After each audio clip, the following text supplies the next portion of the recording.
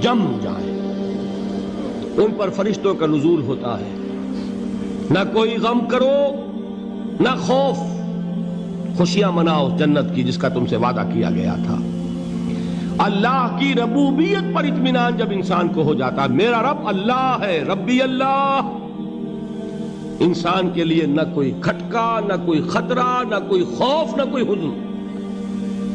جو کچھ ہو رہا ہے کس کے اذن سے ہو رہا ہے؟ اللہ کے اذن سے۔ اللہ کے اذن کے بغیر پتہ تک نہیں ہلتا۔ یہ کوئی اندھا بہرا مادہ نہیں ہے جس سے مجھے کوئی خوف ہو۔ اندھا بھینسا چلا آ رہا ہو اس سے تو ڈرنے کا ہر انسان کو ڈرنا چاہیے، نہ معلوم کس کو ٹکر مار دے، لیکن نہیں، اس کائنات کو چلانے والا ایک سمیع و بصیر خدا ہے، وہ جو میرا دوست ہے، میرا ولی ہے۔ اللہ ولی الذین آمنوا یخرجہم من الظلمات الی النور۔ اللہ اہل ایمان کا ولی ہے، ساتھی ہے، پشت پناہ ہے، مددگار ہے، حمایتی ہے۔ بتائیے جسے یقین ہو جائے کہ اللہ میرا مددگار، اللہ میرا محافظ، اللہ میرا پشت پناہ، اللہ میرا حمایتی، اس کے لیے کوئی خوف ہوگا؟ اس سے کوئی ڈر ہوگا؟ میں مثال دیا کرتا ہوں ایک بہت سادہ، پنجاب کے دیہات کی۔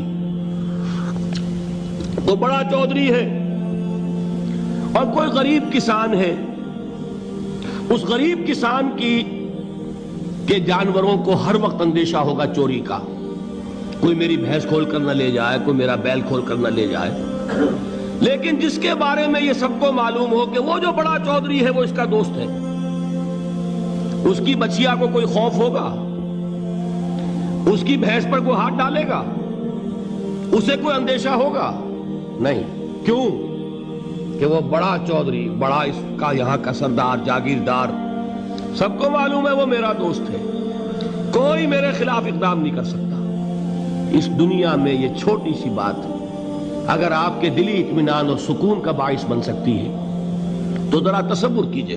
میں لفظ تصور استعمال کروں گا صرف اس لیے کہ اس کا ہم جس کو کہتے ہیں ادراک اور شعور کر نہیں سکتے، اگر کے ساتھ کر سکتے۔ اگر یقین ہو کہ اللہ میرا مددگار اور یقین ہو کہ اللہ ہر آن میرے ساتھ ہے، پھر کوئی خوف، کس کا خوف؟ کوئی شے اللہ سے بالا تر ہے؟ کوئی قوت اس سے زیادہ طاقتور ہے؟ کوئی اس کے ارادے کو بدلنے والا ہے؟ کوئی اس کی مشیت کے آڑے آنے والا ہے؟ یہی بات ہے جو حضور نے فرمائی۔ یہ ایمان کا حاصل ہے لب لباب، کہ دیکھو اچھی طرح اس بات کو ذہن نشین کر لو، اگر تمام انسان مل کر تمہیں کوئی نقصان پہنچانا چاہے نہیں پہنچا سکتے، مگر جو کچھ اللہ نے لکھ دیا ہو، اور تمام انسان مل کر تمہیں کوئی نفع پہنچانا چاہے نہیں پہنچا سکتے، مگر وہ شے جو اللہ نے طے کر دی۔ آپ پھر میں کہوں گا ذرا طاری کیجئے، اسے فرض کیجئے، اسے سوچئے۔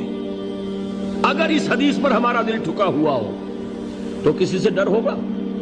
یہ مجھے نقصان نہ پہنچا دے، یہ میری رپورٹ خراب نہ کر دے، یہ میری انکریمنٹ نہ رکوا دے، یہ میرا یہ نہ بگاڑ دے، یہ میرا یہ نقصان نہ پہنچا دے۔ اس کا ڈر، اس کا ڈر، اس کا خوف، اس کی خوشامد، اس کے لیے جا کر طرح طرح سے اپنی عزت نفس کو ذلیل کروانا اس کے سامنے، یہ سب کچھ کیوں کرتا ہے انسان؟ جب سمجھتا ہے کہ اس کے ہاتھ میں میرا کوئی نفع ہے، اس کے ہاتھ میں میرے لیے کوئی ضرر ہے، یہ مجھے کوئی غضب پہنچا سکتا ہے، یہ مجھے کوئی نقصان پہنچا سکتا ہے، یہ میرا کوئی کام بنا سکتا ہے، یہ میری کوئی ضرورت پوری کر سکتا ہے، اسی کا نام شرک ہے۔